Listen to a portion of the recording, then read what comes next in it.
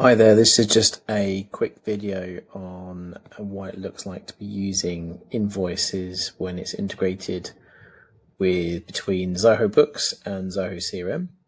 So if you go into Zoho CRM, you can see I'm here. If I go into deal, I just choose any deal.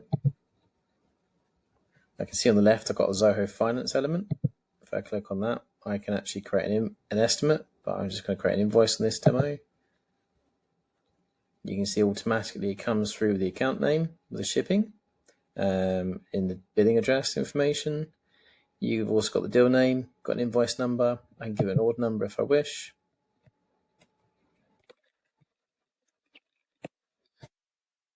Invoice date, I can also set my terms.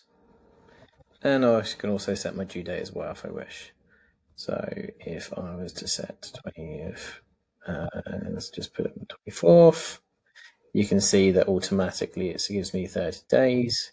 Won't let me do that because it's in the past. So if I do that on the 29th, automatically based on the terms it's set my due date. I can put a subject if I wish, and then I can add in my services. So what we can help you with is put in products if need be. For now, I've got one.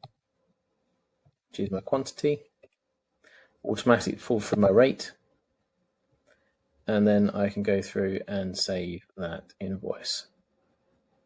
Once that's saved, you can see that invoice is a draft. Go back.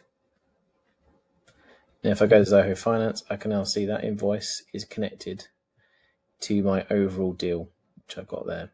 Now, if I go into Invoices, just do a quick refresh.